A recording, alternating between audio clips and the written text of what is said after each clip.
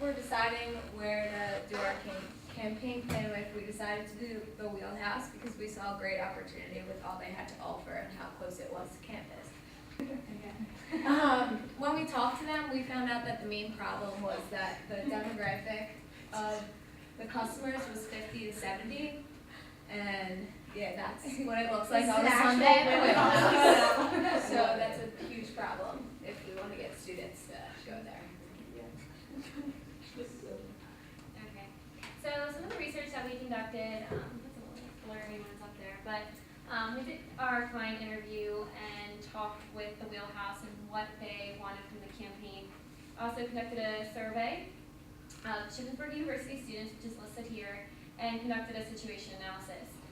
Situation analysis, for those that don't know, you evaluate strengths, weaknesses, opportunities, and threats. Strengths of the Wheelhouse is that have a really good, popular, regular base. These frequent customers come back on a weekly basis. They provide exceptional customer service. They have a great location, and they have a unique ice cream machine. They just invested in a $25,000 self-serve ice cream machine that has over 25 flavors. Few weaknesses: they have yet to establish their niche, and their size is a little bit on the smaller side. To hold a larger group, it would be a little hard.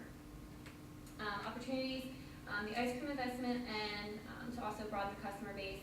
And the threats that they would face is local competition. As far as ice cream, you have Goose Brothers, Rita's, Sheets on campus, things like that, and then also local diners such as Select Diner or any other local restaurants.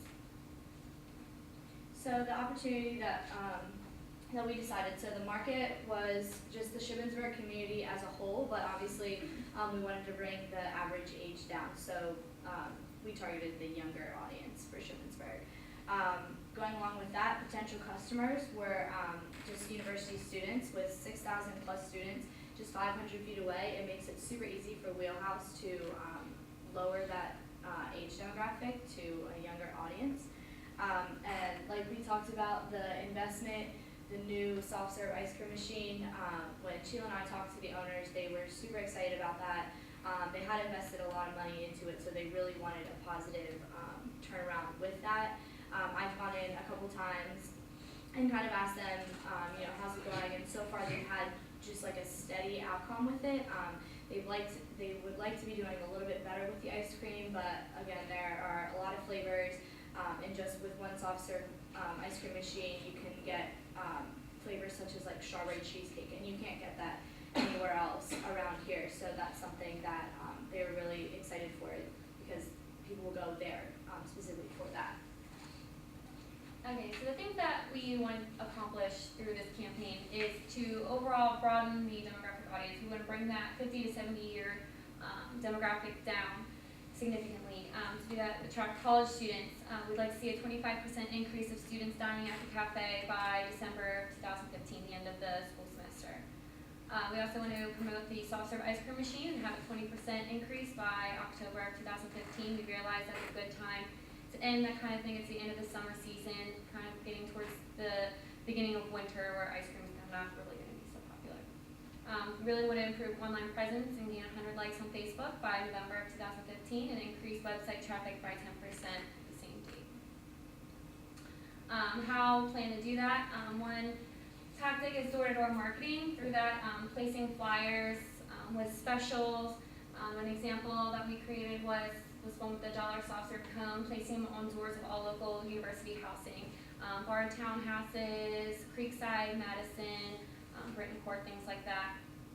As far as on-campus promotion, we can offer fundraisers to student organizations like the other flyer that we have posted here.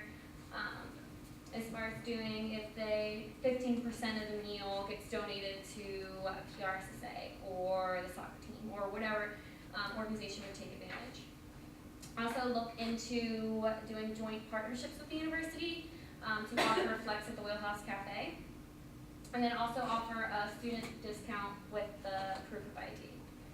As far as implementing social media, we could do campaigns as far as like the Facebook page and check in on Facebook for a free scoop of ice cream. Add a like us on Facebook feature onto the front of the menu. share a photo and tag Wheelhouse Cafe on Facebook to be entered into a contest. And also really posting photos and specials daily is very important on both Facebook and Twitter. Another thing that's very important is updating and maintaining the website. Currently, I'm not sure if something went wrong with the server, but their website is now offline as of like about a week ago. So right now they don't even have a website anymore.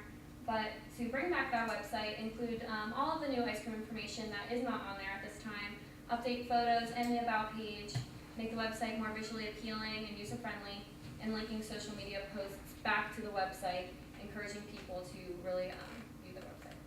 I also just want to point out with these 2 flyers that we created, these are 2 relatively eye-catching flyers that we would definitely want to hang around either around campus or hand them out. But these are 2 great flyers that they would want to use, especially with the coupon.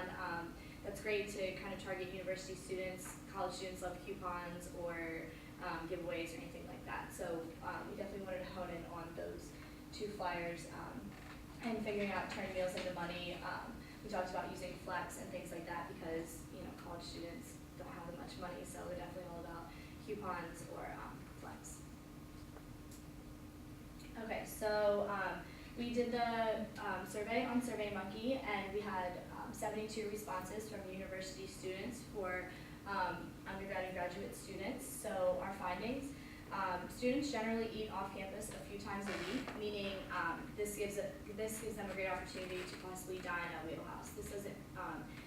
This doesn't mean that they're totally restricted to eating on campus. So maybe on a Friday morning they wanted to eat breakfast at Wheelhouse or something like that. They're definitely open and willing to do so. 79% of students have heard of the Wheelhouse Cafe, but only 30.9% have dined there. We definitely want to up that number. 79% of the students have heard of it, so that's a pretty large number, and we wanted to kind of hone in on why only 30% have dined there. Maybe they didn't know what kind of food they served there or where it was located or things like that. So we wanted to focus on that. 75% of students said they would use Flex at Wheelhouse if they had that option. We discussed with the owners, and that was actually their idea. So we want to try and figure out how to work with the university and figure out if that's possible. We know a lot of other universities do that at other restaurants and things like that. So it could be possible. And then students that have dined at Wheelhouse would be likely to recommend it to others. And that was great feedback to hear, knowing that they had a positive experience at Wheelhouse Cafe and knowing that they would be open to recommend it to their friends or dine there again. Okay, so as far as cost in the budget, it's a very, very low cost campaign. As far as the door-to-door marketing, the biggest cost is going to be printing flyers. Staples does offer 6 cents page color printing. Doing by 500 flyers comes out to $30.